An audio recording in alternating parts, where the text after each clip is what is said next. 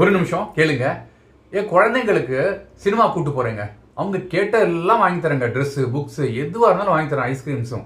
ஆனால் எங்களுக்குள்ள உள்ள அந்த பாண்டிங் இருக்கு இல்லையா, அது கூடவே இல்லை அப்படின்னு சொல்லிட்டு சில பேரண்ட்ஸ் கேட்டாங்க.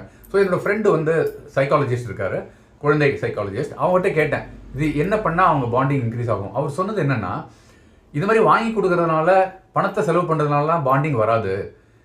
அந்த குழந்தைக்கு எப்போ ஆறுதல் தேவையோ அப்போ நான் இருக்கேன் உனக்கு அப்படிங்கிற அந்த உணர்வு வரணும். அதுக்கு என்ன பண்ணணும்? தினமும் ஹக் பண்ணணும்.